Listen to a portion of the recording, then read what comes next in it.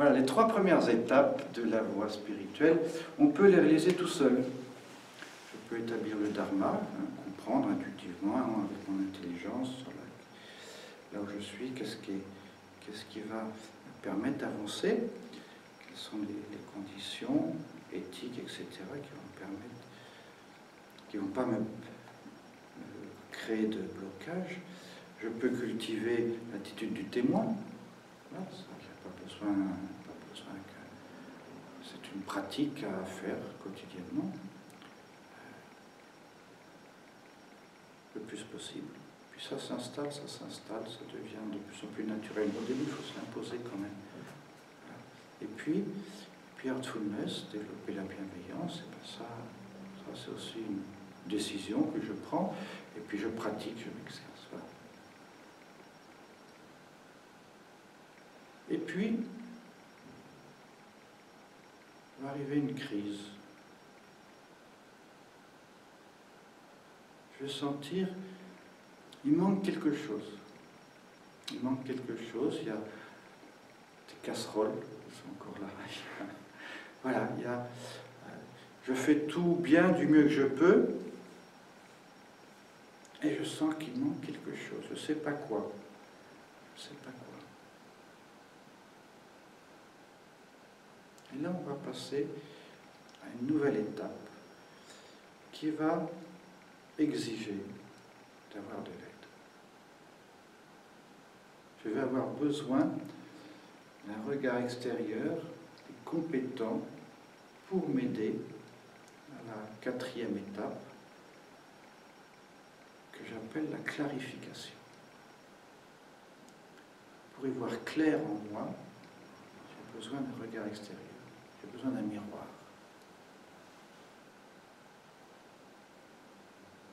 Un miroir grossissant. Quelqu'un qui va pouvoir me dire ce que je ne vois pas. Voilà. Donc cette 4e étape de clarification, traditionnellement, en Inde, elle se faisait avec le maître, avec le gourou. Aujourd'hui, elle peut se vivre ici par des exercices très spécifiques qu'on fait en stage. Moi, je propose 2 types d'exercices, un par la parole et un par le dessin. Tu étais venu au stage de dessin? Ce sont des techniques de clarification. Donc, on peut faire en groupe. Voilà. Des techniques de psychologie transpersonnelle contemporaine, qui vont permettre de bien déblayer. L'intérêt du dessin, pour vous en parler un petit peu, c'est que ça ne passe pas par la parole.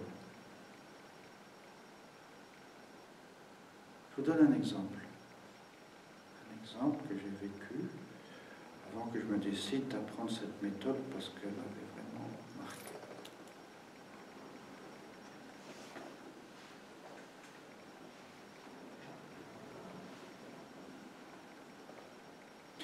Il y a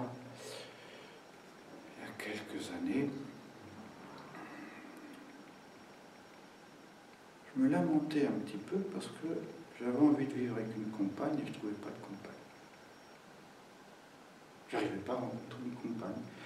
Pourtant, c'était mon intention. Je ne comprenais pas pourquoi je n'arrivais pas. Alors, je me disais, c'est peut-être la volonté de Dieu. Bon. Mais au fond de moi, il y avait cette insatisfaction. J'étais là, je n'arrivais pas à être dans une acceptation joyeuse, j'étais dans une résignation, en fait. Et puis un jour, au cours d'un stage, justement, on a travaillé cette méthode. Il me fut demandé, dessine un projet d'avenir qui te plairait. Un projet d'avenir qui me plairait. Ah, j'aimerais bien être avec une compagne. Bon, je me dessine avec une compagne. C'est une grande feuille. Il y avait moi, je tenais par la main ma compagne, on était souriants. C'était mon projet, c'était dans ma conscience. Alors je sais que ce qui est dans ma conscience, ça se réalise. La conscience, elle est créatrice. C'était dans ma conscience, je le dessine. Et pourquoi ça ne se réalise pas? Le questionnement était là. Et je regarde mon dessin. Et tout à coup, je réalise que la femme que j'avais dessinée, c'était ma compagne qui était décédée 8 ans auparavant. C'est elle que j'avais dessinée. Ça m'a fait un choc. Tiens, Monique, tu es là. Ça m'a fait un choc. L'accompagnateur, le thérapeute avec qui j'étais, me dit, bon, quand je lui explique, tiens, je lui dis, tiens, c'est Monique que je dessine. Il me dit, mais comment veux-tu rencontrer une compagne si tu es toujours avec Monique? Et là, je prends conscience que verbalement, j'étais capable de prouver à tout le monde que j'avais fait le deuil. J'étais capable de l'expliquer, j'en étais convaincu. Si j'avais utilisé que la parole, je pouvais démontrer à tout le monde, si j'ai fait le deuil, j'ai fait les démarches, c'est du passé, j'ai tourné la page, c'est fini, terminé avec Monique, j'y pense plus, c'est fini. Je suis ouvert complètement. Et ma main, elle a dessiné Monique. Alors là, il me dit, gomme Monique pour pouvoir dessiner notre femme. Et là, j'ai eu mal au ventre. Ça m'a fait mal. Gommer Monique, ah. Et là, je me suis dit, mince, je n'ai pas fait le deuil jusqu'au bout. Je suis encore attaché. Je ne peux pas rencontrer notre femme, puisque je m'attends à rencontrer quelqu'un comme Monique. Bon, mal au ventre, gommer, ma tête elle disait, bon, il faut que tu gommes, et puis bon, je n'arrivais pas. Ce n'est que symbolique, gommer, mais vraiment ça me prend dans le trip. Bon, alors il a fallu un petit quart d'heure, 20 minutes, quoi, pour que tout ça, ça se digère. Bon, j'accepte de gommer Monique, petite larme qui coule encore. Voilà. Je gomme Monique, et puis je dessine une femme sous un aspect différent. Voilà.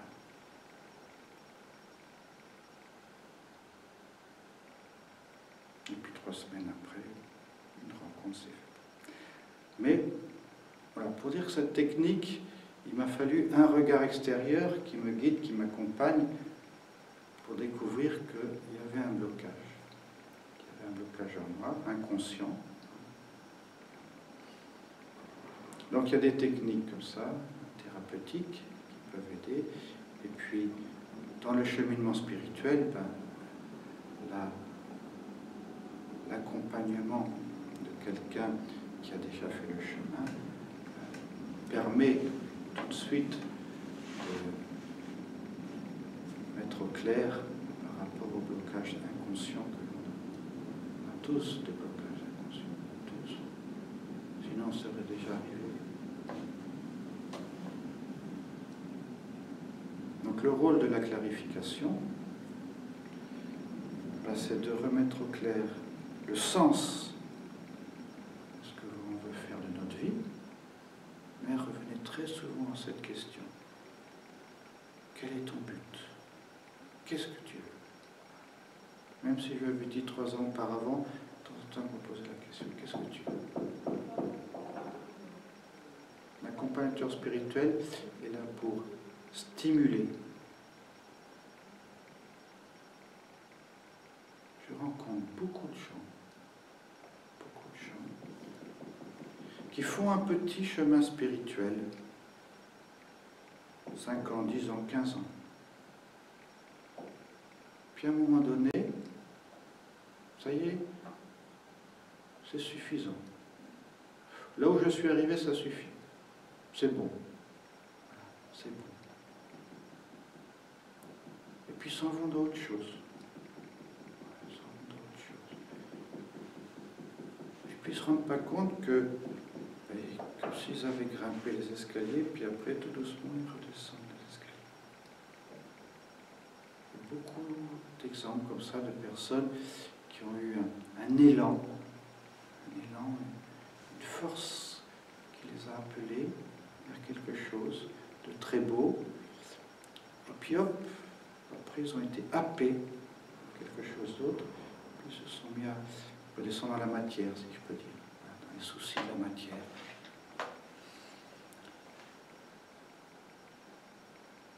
Et moi, je suis vraiment reconnaissant à ma mère spirituelle d'avoir pu cheminer 18 ans avec elle. Parce que pendant 18 ans, elle a été à mes côtés, pour me stimuler, continuer. J'aurais pu m'arrêter facilement. Au bout de 10 ans, au bout de 15 ans, je dis bon, ça va, j'ai compris l'essentiel, j'en sais assez, et ben, les gens ils viennent pour me demander conseil, bon ben, je me consacre à aider les autres. Voilà, en toute bonne foi.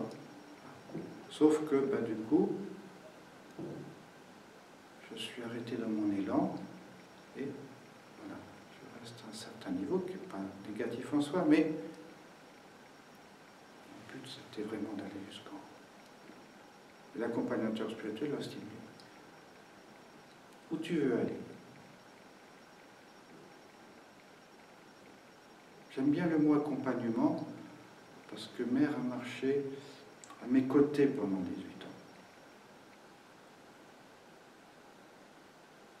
Je dis, je veux aller là, Montvalier. Bon, très bien, bon, on y va. Et elle marche à mes côtés. Et puis quand je crois que, oh ben ça va, là je suis presque arrivé, c'est bon, je suis fatigué. Encore un petit peu, allez, on y est presque, continue.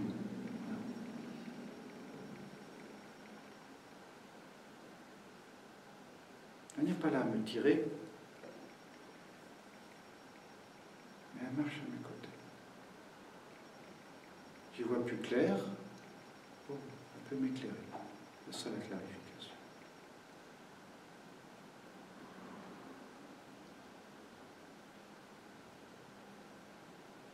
Il y a beaucoup d'impasses sur le chemin spirituel. Beaucoup d'impasses. Des choses qui ont le goût, qui ressemblent. Voilà. Et puis on peut s'embarquer dans ces impasses en toute bonne foi.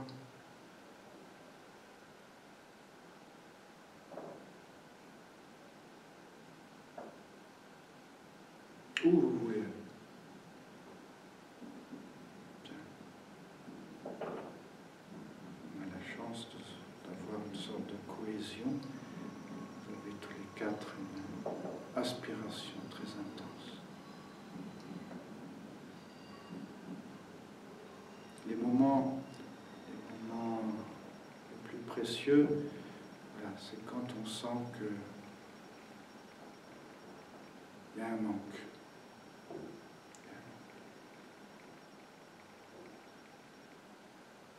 Parce que c'est là qu'on va passer à cette quatrième étape de clarification.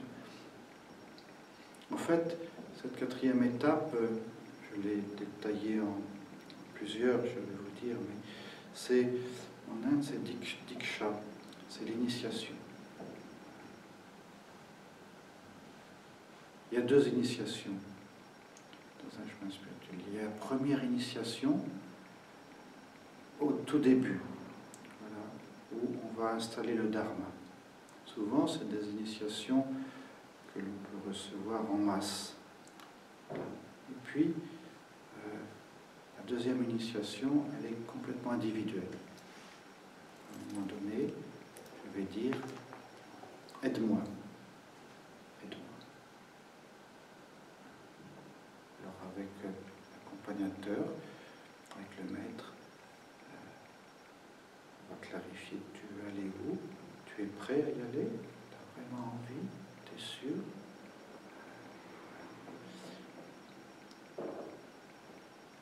Et si tout est en place, et bien hop, on passe à cette étape.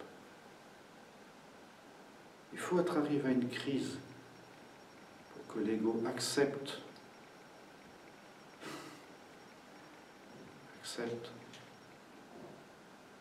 d'être aidé.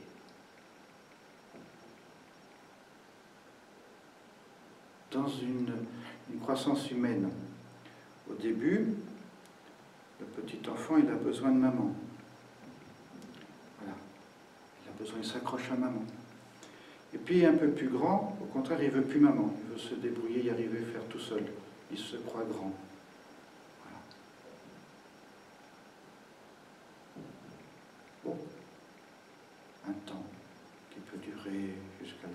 adulte, mais voilà, on se croit grand. Et puis il arrive un moment où on se réalise que ben non, on n'est pas grand. On a besoin d'être aidé. On n'est pas tout puissant.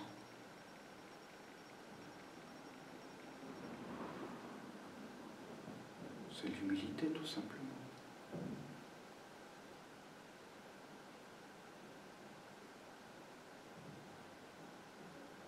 Parfois, les gens me disent, comment être sûr qu'on a trouvé le vrai guide qui nous correspond?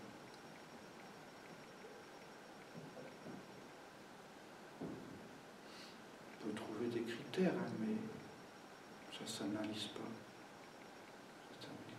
C'est quelque chose vibratoire, c'est une sorte d'affinité, il y a une résonance chez l'un et chez l'autre.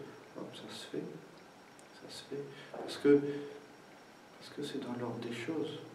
Il y a une maturité de conscience qui fait qu'il va y avoir une rencontre pour un bout de chemin. Puis à un moment donné, l'accompagnateur ou le maître va s'écarter pour que la personne après, se débrouille vraiment toute seule.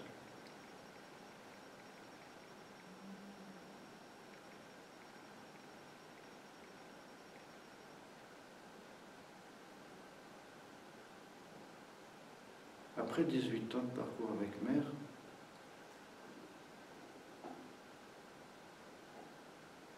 je ne peux pas dire qu'elle m'a mis à la porte, mais elle m'a poussé du nid. Elle m'a dit, va maintenant, va et enseigne. Moi j'ai connu mon maître, ma mère spirituelle, j'avais 24 ans. J'étais tout au fond du trou. Tout de suite, je me suis senti le petit enfant d'une mère. Voilà. Et j'ai fait tout mon parcours en me sentant le petit enfant d'une mère. Ça voulait dire que je me sentais protégé. Il ne pouvait plus rien m'arriver. J'étais sûr que mère me protégeait. Je me sentais protégé.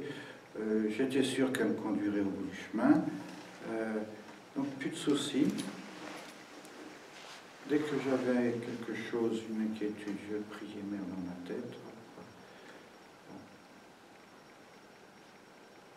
Puis au bout de 18 ans de cheminement avec elle, elle m'a fait comprendre, maintenant t'es grand, t'as plus besoin de moi. Et moi ça m'a fait drôle. J'avais envie de rester le petit enfant. Hop, elle s'est écartée. Voilà, elle s'est écartée. Elle m'a fait comprendre que c'était plus la peine de revenir systématiquement à l'ashram.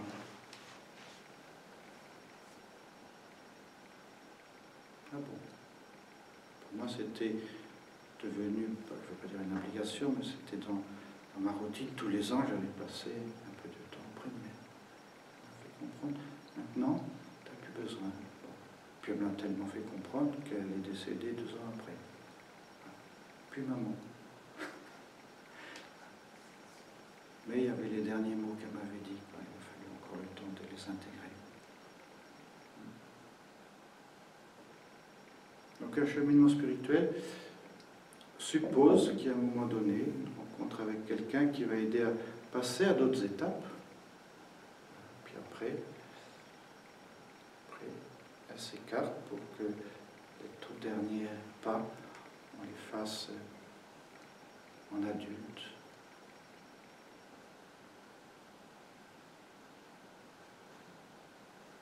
Voilà, on en est à la 4e étape, la clarification. Donc ça fait partie de l'initiation. L'initiation, c'est pas comme là, c'est pas donner une technique. Je t'initie, je te donne une technique, tu pratiques la technique, et puis l'initiation, c'est plus une sorte de contrat qu'on chemine ensemble à un moment.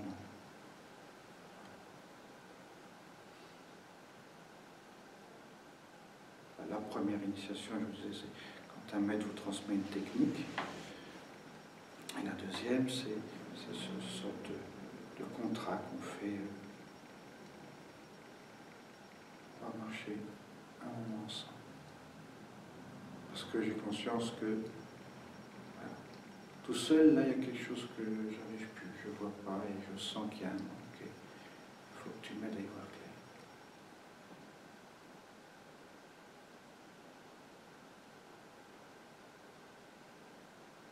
Bon, ça fait 1 heure que je cause. Comment ça résonne en vous tout ça? Tout va de soi.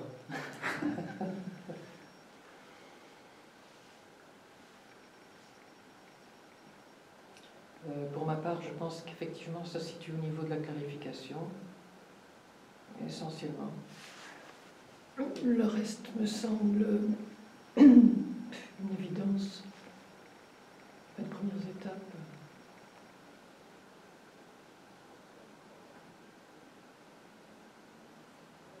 Il y a juste quelque chose qui m'empêche d'aller plus loin. Je ne sais pas ce que c'est, ce quelque chose. Rien ne se situe au niveau des qualités à acquérir, ce que j'appelle les vertus de l'âme. Il ne me semble pas avoir de problème à ce niveau-là, ni au niveau de la compassion, ni de la bienveillance, ni enfin, tout ce qui est énoncé, qui fait partie des priorités pour être thérapeute. C'est pas à ce niveau-là du tout que ça se situe. C'est quelque chose de beaucoup plus personnel, de beaucoup plus profond, qui prend peut-être ses sources à l'aube du monde, qui sait. Voilà, pour le reste, tout va de soi. Et je pense effectivement, ça doit être une aide ponctuelle.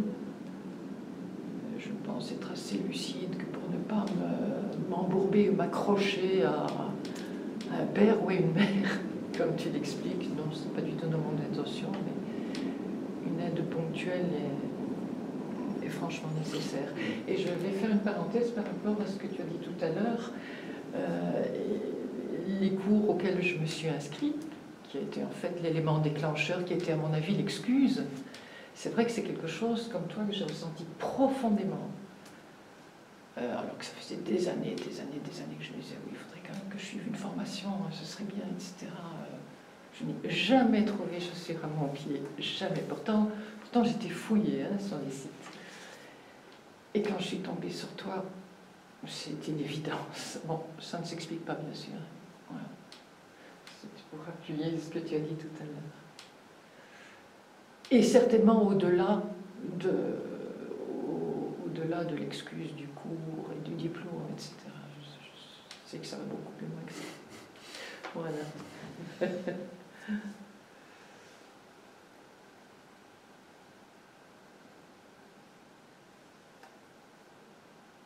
L'aide ponctuelle, ouais. Moi, j'ai cheminé donc 18 ans avec ma mère spirituelle.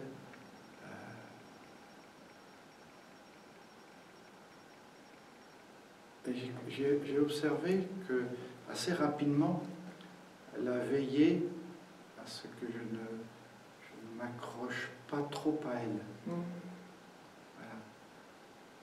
C'est très frustrant.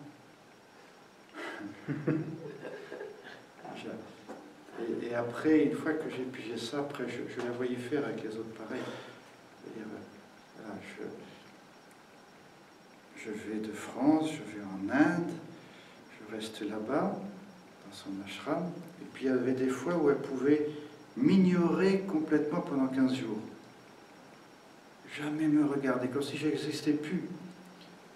J'étais là, je cherchais son regard quand elle passait, tout ça. Elle ne me voyait plus. C'était frustrant. Elle faisait des grands sourires aux autres, moi, elle ne me voyait pas. Et sur le moment, tu ne comprends pas ce que j'ai fait de mal. Voilà. Puis après, j'ai compris, en fait, elle ne voulait pas que je sois accroché à sa forme physique. Mais s'il y a besoin de quelque chose, eh ben, voilà, je pouvais demander un rendez-vous. J'avais besoin d'un traducteur très souvent. Il fallait parler. Des fois, il y a besoin de parler, mais quand il fallait parler, donc, elle était quand même disponible. Mais, voilà, quand on est à l'ashram, quand on a un maître spirituel d'une grande envergure, on a toujours envie d'être au plus près, d'être... voilà. des jeux d'ego à ce moment-là qui sont assez pittoresques. Les disciples qui veulent toujours être le plus près du maître, tout ça. Des rivalités infantiles. Voilà, ça se passe dans un ashram comme ça. Et gaminerie.